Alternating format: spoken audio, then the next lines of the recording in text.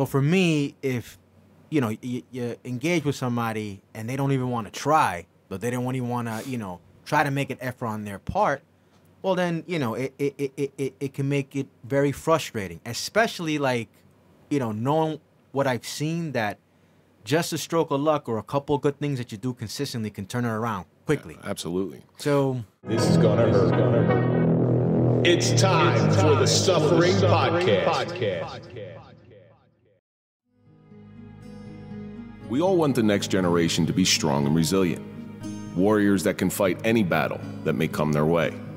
Being able to take on the world and navigate the twists and turns of life. We provide them with all the resources and tools they may need to stay in the fight. Through resources and training, preparing the mind to take care of itself. We give the tools away, but rarely instruct on how to make those tools. A big part of self-reliance training is not only to provide resources, but show how these resources were created. To give a hand up and not a hand out. Not only giving someone a fish, but teaching them how to fish and helping them make the rod. I'm Kevin Donaldson here with Mike Failace, and welcome to the Suffering Podcast. If you're a fan of overcoming adversity and overcoming suffering, then we're for you, because that's what we do here, and that's the stories that we highlight. So do me a favor. Hit that like button, subscribe to the channel, please comment, ring the bell to get notified of all of our new content, and now you can join. Follow us on all social media so you can find out what we're up to. And on tonight's episode of the Suffering Podcast, we welcome AJ Luna to discuss the suffering of veteran services. AJ has spent a long time serving his country, and he continues to do it after being out of the service. AJ, thank you so much for coming in. thank you for having me, Kevin. Yeah, Kevin told me a lot about you. I was excited to meet you tonight. So, well, unfortunately, I work with a friend of his, and he's like, "Hey, you got to meet this guy." And we had a conversation. We hit it off. And then once you met him, you said, "I really don't want to know this guy." Any friend of Mike's is an enemy of mine. Not you, the other Mike. Before we get any further, let's give a big shout out to our marquee sponsor. That's Toyota of Hackensack. We don't trust anybody as police, but we do trust them. So go to toyotahackensack.com. Let them find you a car. So, AJ, each week we take a question from our audience. This one comes from BDK-74. How do you differentiate between a handout and a hand up? You're our guest tonight. I want to leave this one off to you, and I'm pretty interested about your answer doing what you do right now. Handout, you give somebody what they need, but there's no room for improvement, no room for empowerment. Hand up, you're trying to get somebody to get themselves to get empowered and to do better for themselves. So be careful with the handouts, but always look for the hand-ups. That's a great answer. Mike, what do you think? You know what? I mean, handouts, like you said, it's like a pay it forward type thing. Mm-hmm. You know, I mean, we talk about paying it forward all the time. In law enforcement, we didn't like getting handouts. Oh, no, some of us did. Some of us really did. I'm sure you did. But, I mean, to me, the thing, like I said, it's just giving back all the time. You know, I don't, hand-ups, I mean, I know the concept of it, but I really don't, you know, like you said, like AJ said, give a man or teach a man to fish, or... Sometimes it's difficult to put into words because you know the difference. Yeah, exactly, but you don't. That's what I'm trying. That's what I'm trying to do here. I'm pretty sure you guys saw it on the street all the time, and in social services too, right? You got that person on the corner, asking for a handout. For a handout, but there's always a story behind that. And again, depending on the environment, for us, like I could give you the example of what I did at the county, we would really try to get to the bottom of why we're in that situation. Why you're looking for a handout. Why are you looking for a handout? Like what's going on that you have to resort to that? And again, there's been some good stories. There's been some bad stories. Unfortunately, some people can't get out of that. But you do the work hoping that you can get as many people as you can out of that. Something as small as maybe person's not getting the right mental health treatment, right? And they don't know what's out there. But I think it comes down to ability. I really think it comes down to ability. If you have the ability to give, to earn what I'm giving you, whatever it is, you just might not have the capability right now. So if I'm giving you something, whatever I'm handing out, and it gives you the ability to get that for yourself, well, then that's something different. But you have to vet those things very, very carefully. For instance, on social media, Everybody gets them on social media. Mm-hmm. The woman comes and she says, "Oh, I can't feed my kid," and this just happened the other day. I can't feed my kid, and can you give me some money or buy a painting of mine or something? I said, okay, well, if you can't feed your kid, this was my response to it, because I knew it was a scam. I can connect you with some social services in your area to get your kid some food if you'd like that. And then she comes back. This is great. I'll do anything on camera for you. I'll play with myself. I'll do whatever I got to do. And I just type her back. I go, don't lower yourself today. Yeah. Well, and right now, whoever was behind that message just went, oh man. But you look at the picture, and her hair was done, her nails were done, her makeup's done. Well, you're spending money on your hair and your nails. That cut your nails yourself. Your kid's more important. So that's an example of what I'm talking about. That's a person who has the ability, refuses to use that ability, but prefers to have somebody just give. And that's like I guess she's looking for a sugar daddy, and I'm not that guy. Well, there's websites for that, but I mean, you're very right on saying you always have to vet the situation. Like I got a question. Like a lot of people have the heart for veterans, right? You go on Facebook, I got the disabled vet. They need this, they need that. Well, Eddie Murphy proves that in Trading Places. Yeah.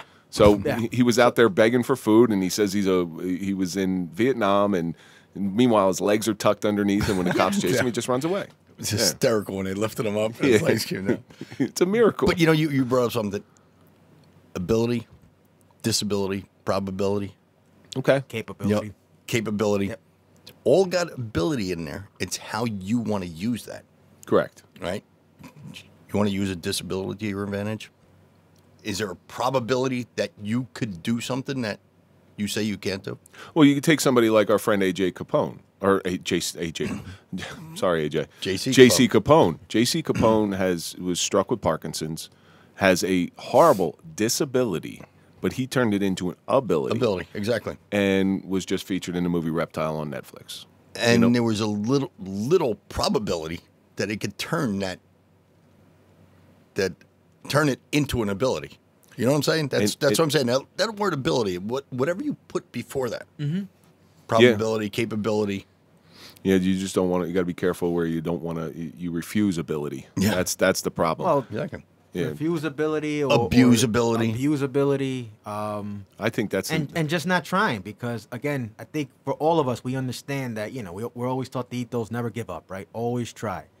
So for me, if you engage with somebody and they don't even want to try, but they don't even want to try to make an effort on their part, well then it can make it very frustrating, especially knowing what I've seen, that just a stroke of luck or a couple of good things that you do consistently can turn it around quickly. Yeah, absolutely. So BDK, thank you so much for sending that one in. Keep sending in your questions, and we will try to get them on the air.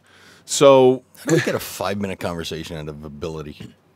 Listen, we can, because we can sling some riff on anything. We can sling some bullshit in this studio. So AJ, I've done a lot of research where you have vetted us. I have also vetted you. Plus, there's a connection between us with our mutual friend Mike Martin, and I'm very grateful that he introduced me to you. This episode is going to air a little bit after Veterans Day, but I wanted to bring somebody that's tied into the veteran community in here to really give a taste, because you do something that's a little bit different. You don't only talk the talk, you walk the walk. And I think that's something really important for veterans these days, because, hey, listen, most of these, they went out and they fought for the country and they did their service, and but not all of them. That's the problem. I think Bill Burr says it. He's got that joke, and he does it at VFW halls. Of course, somebody who's non-military gets offended by it, but it's like he's waiting to get on an airplane, and they're like, okay, any women and children going first, or any people with disabilities, and then it's any veterans, and he's sitting back there. He's like, what the hell do I got to do to get on the plane? That's all I want to do is get on the plane. This guy, he's probably peeling potatoes. He's not, because they want to honor heroes, and they're like, how do we know he was a hero? Did he ever fight? Did he ever do anything? But he's got stuck in KP duty his whole time. Exactly. So why don't you give our audience a little bit about yourself? Where'd you grow up? Well, I'm originally from Brooklyn, and What part? What part? I mean, you got it. well, East New York, Starrett City, and had a pretty good upbringing. My mom, my dad was a dental technician, first generation American, and Where's your family from? my mother's from Dominican Republic, and my father's from Argentina. Wow, that's a wicked Mix, yeah. that's a Well, wicked I mix. tell people that my dad That's loved like- my mom. That's like Puerto Rican and Costa Rican. Exactly, they don't mix. They don't mix. Well, I seen Puerto Rican and Italian. Now, there is Italian on the side. The only problem is they didn't come to the States. They just went down to Argentina, and Well- then they came back up. It depends on what part of Argentina your family's from. Are they from the German sections, the indigenous or the non-indigenous people of Argentina that just happened to show up there after World War II? You know, are they those? It's like, wow, you're from Argentina, yet you have blonde hair, blue eyes. That's odd. That's odd. Mendoza was my father was from Mendoza, so he wasn't from Buenos Aires, which is like the big European, blue eyes, blonde hair, and farmer. They wear armbands. Well, yeah. The whole. Juan Perón was a wonderful man, wasn't he? Yeah. But so they immigrated here wanting a better life for them, and then you come into the world, but they come into this chaotic city of New York. During the 80s, which New York wasn't a very favorable place in New York in the 80s. All depending on what section we were in. Yeah? Maybe Brooklyn was a good place for him to move to. The complex was new. By New York standards, something that was built in the 70s is new. So the neighborhood, when it first started, people were moving there, and I remember my father always telling me that it was good when it started. Then it started to go through some changes, and then you see what's going on now. I'm happy that my family's over here now. My mom's actually pretty close from me. She lives in Wayne, and that happened a couple of years ago. But we survived. I mean, we did what we needed to do. It always shocked me. So people immigrate to the U.S. and go in the most expensive city in the world. That it happens all the time. Well, and it's been happening for 100 years. I could tell you a story. They don't immigrate to Podunk. Yeah. The problem is that people go. That's where they go, and then you have this melting pot of all these people, and then people, because sometimes it's so crappy in somebody's country. They don't know that New York's New York, so they go there, and it's a lot better than what they had in their former country. That's probably the only thing they see. Yeah. Like see on TV or hear about is New York. It's good for some people. I mean, I know for me, what kind of gave me the experience to travel out was joining the military, and I remember that probably a very good thing that I did that just to get that experience, because you think the whole world's like Brooklyn, and that's not true. And your parents improved their situation. You try to improve your situation. Mm-hmm. That's the meaning of life, is always try to improve your always position. try, but sometimes you catch some breaks. Sometimes you can't. Sometimes you don't know. You don't have somebody there that's guiding you. I know that on my family side, they were very big into religion. So that was a foundation. But the same struggles like every other family has. And look, I know that they probably would have wanted to do more. My mom's still here. My father passed away in 2019, but I think they did the best they could under the circumstances that they had. Well, being from another country, your parents, did they embrace the U.S. as their new home? Because you see that sometimes.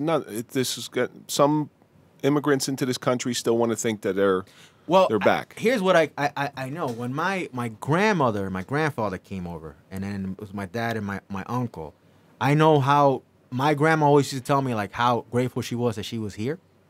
And they left Argentina when they were going through like a recession back in the late 70s. I think they lost their house. It was bad.